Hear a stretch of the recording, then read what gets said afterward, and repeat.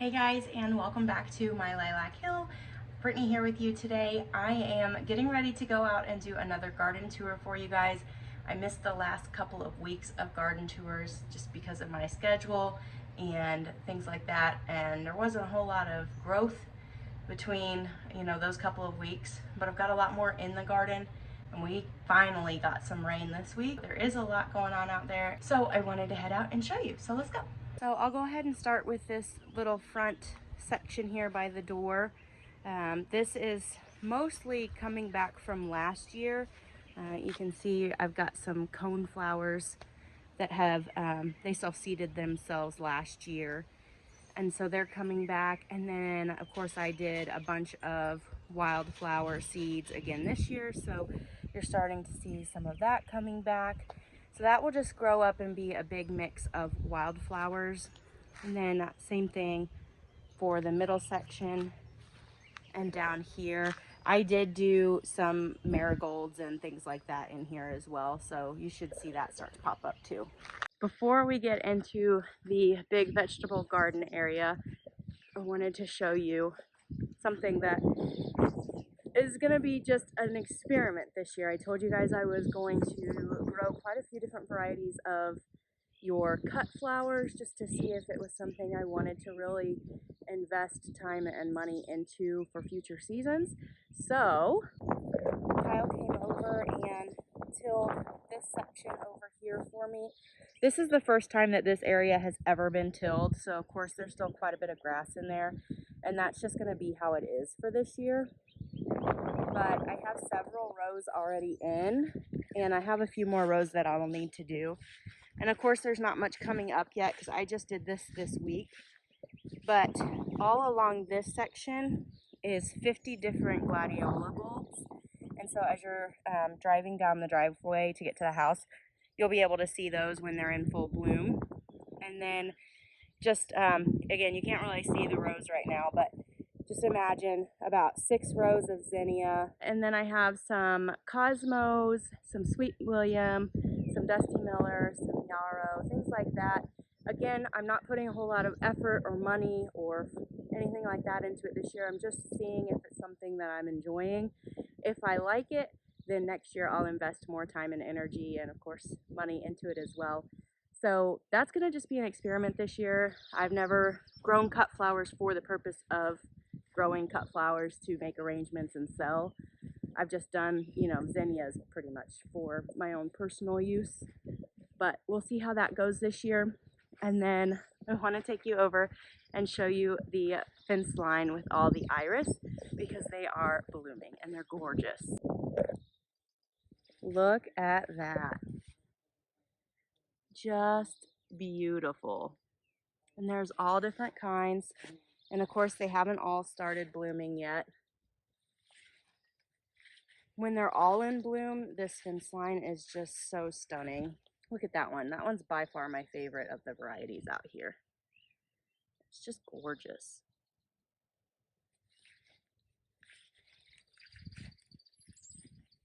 And it just goes all the way up the fence row like that. So these are the ones that I said after they get done blooming this season, I'm going to be digging them up, dividing them, and moving them over to Kyle's house so I can enjoy them for future years. Since we're getting married in October, Miles and I will be moving over to that house, and we have some plans for this property, and obviously Kyle owns this property, so it's not going anywhere, but I'm not going to be here every day to enjoy them, so I'm taking them with me. We'll head over to my potato mess. We got some pretty decent spring winds, and of course it's always windy up here anyway. So my potato straw bed things are kind of a mess. This is the mess. What you're seeing all right here is a half-used bale that just kind of fell apart in the wind. But I did plant some sweet potatoes in there. We'll see how they do. And then again, this is my white potato bed. So I told you guys in one of the first garden videos I did this season that I'm doing the just straw method just to see how it works. I've seen people do just straw, and I've seen people where they do mostly straw and then like a little little ball of compost or soil right where they put the potatoes. I've seen it done both ways, and I've seen it successful both ways. I didn't want to invest a whole lot of money into getting some good compost or anything like that, so I'm trying just the straw. So far I don't like it, but it's not because I am not using the compost that I don't like it. I don't like it because where I'm at, it's so windy. I should have put them in like a tower with some, you know, like welded wire around it or something, instead of just laying on the ground, because the wind is basically just blowing it away. So might reconsider what I do next year. But again, where I'm moving to might not be as windy, so I don't know, we'll see. Now we are over at the big garden, at least the big garden for this house. I don't know if I've said this on the channel or not. I know I've said it on my Facebook group, but I am also planting a few things out at Kyle's house. Some overflow of tomatoes, some sweet corn, and some squash. So I haven't got any of that in out at his house because I'm focused on getting this one in right now. In a few weeks, when I get that one in, probably won't be a few weeks, it'll probably be next week or the week after. I'll bring you along for that and show you. But for the bigger garden at my house, I'm doing just a little bit of everything. I'm not growing for my CSA program this year, so I don't have to grow just a whole lot. But there has been quite a bit of growth since the last time you saw it. So let's take a look. Here we are at the garlic, and not a whole lot has changed with that.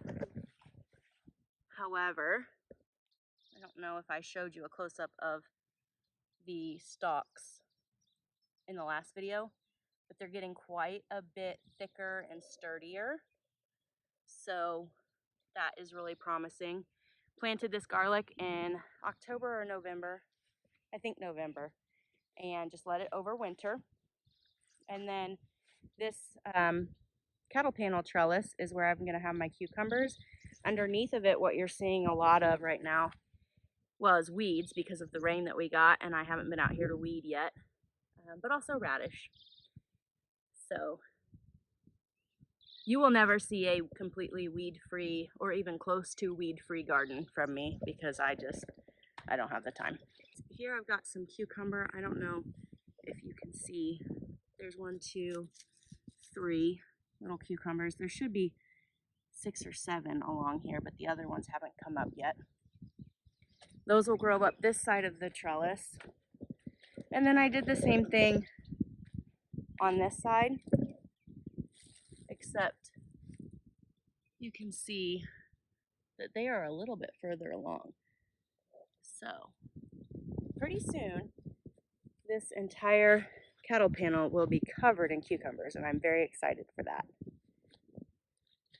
And then right next to it, I had leek and onion back there, and I think I remember telling you in one of my videos that those got wind whipped when I put them out here, and so they're gone. I'm going to end up having to fill that space with something at some point.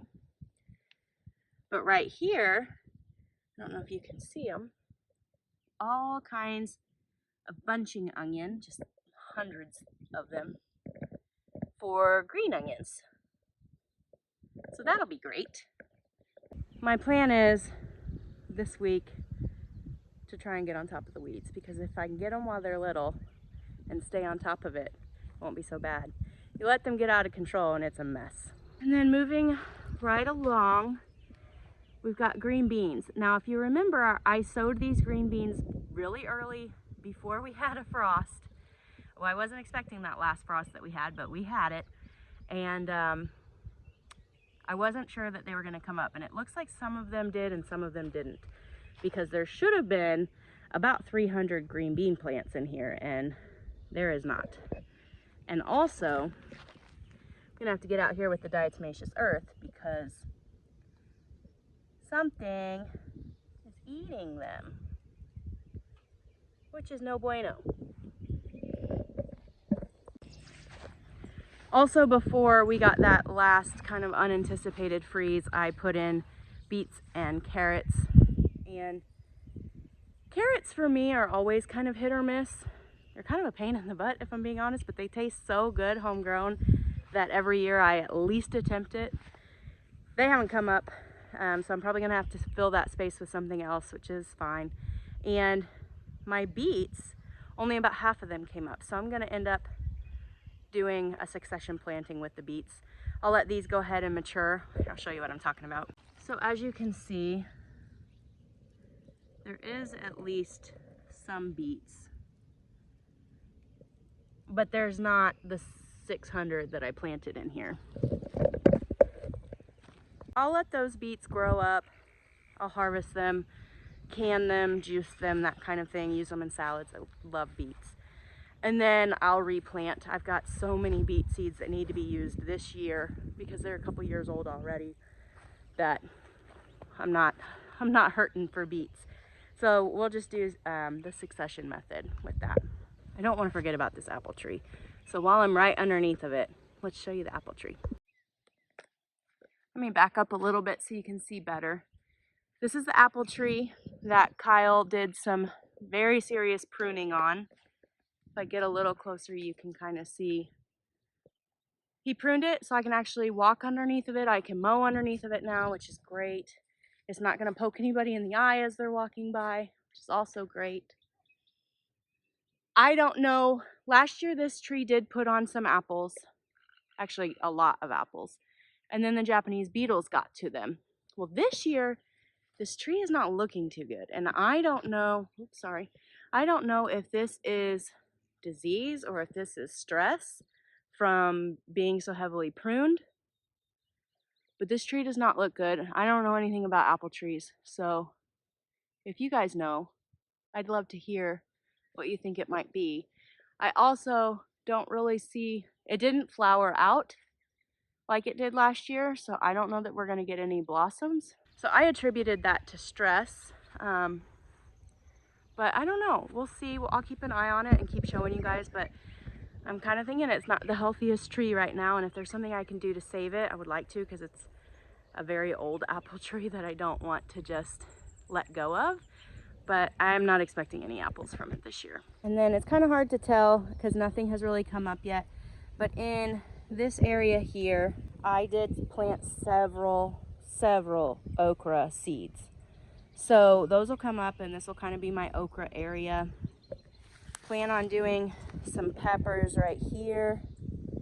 And yes, that is a sprinkler. Ideally, I would have drip irrigation, but that was 20 bucks. So that's what I have right now. One of these days, I'll invest in some drip irrigation. But we'll have peppers here at some point. I've got a bunch of peppers that I'll need to transplant. And all of my tomato plants are going to end up being planted over there, that big empty space. So this area will be real big and full of life, but right now there's just not a whole lot in it. And then where the hose and where the peppers is going to go is obviously empty right now, so we're going to hop over to the next section, which is my salad bar that I was telling you about. Considering that pretty much all of the seed for the lettuce and spinach and kale and that kind of stuff is 3 years old, and I didn't really store it properly, and I just wanted to use it all up. Not doing too bad. We've got spinach, which at first I didn't think was going to come up at all. It was such old seed and it had gotten wet, so I wasn't sure about it. But I might get one little plant out of it. And then we have mustard, which I love mustard greens. They are so tender at this size, which is why I sow them so densely. I don't necessarily give anything space in my greens area because I harvest them when they're this small because I like baby greens. And that is so good. And it's so nice to finally be able to come out here and pick something to eat. I've been waiting all winter for this, and nothing tastes better than fresh greens from your garden. Next up is kale, and it looks like I've got about 5. I've got a couple of really little ones and then a couple of overachievers there, a couple more small ones down at the end. So very excited for that because kale is such a heavy producer. And then the next one we have, which we'll just go ahead and get this big guy while we're here. The next one we have is collards, and I have never grown collards, but I had some old seed that was given to me, so trying that out. And then Swiss chard, which isn't looking too hot. I have more seed. I'll probably sow some more so I get quite a bit more because I love Swiss chard. And tatsoi, if you've never grown tatsoi, you should. This is such a heavy producer, and I sow it really densely. And to me, it's almost like spinach. People probably wouldn't agree with me. It's like spinach and bok choy crossed is how I think of tatsoi. It's an Asian green. It is full of nutrients. It's a very dark green, which is how you know how packed of nutrients it is. It's delicious and stir fry. And then the last two rows that we have over here are arugula, black-seeded Simpson lettuce. I love arugula in just a regular salad, but black-seeded Simpson lettuce for wilted lettuce, so good. If you know anything about wilted lettuce, you probably have used a green at least similar to black-seeded Simpson, if not black-seeded Simpson, because it is just so good. So this is black-seeded Simpson. That's my arugula. And it just looks so good. I wish I had more black-seeded Simpson seed so I could fill in some of these gaps, but I don't. But that's okay. Didn't do a very big salad bar this year. This was the salad bar area. Next to it, I did just a little bit of celery seed. We'll see if it does anything. I didn't do a whole lot. And then back there, I don't remember what order I did it, but one of those areas is Napa cabbage, and then the next one I think is kohlrabi, or vice versa, something like that. And over here, you can see I've got my 3 little sticks as my markers.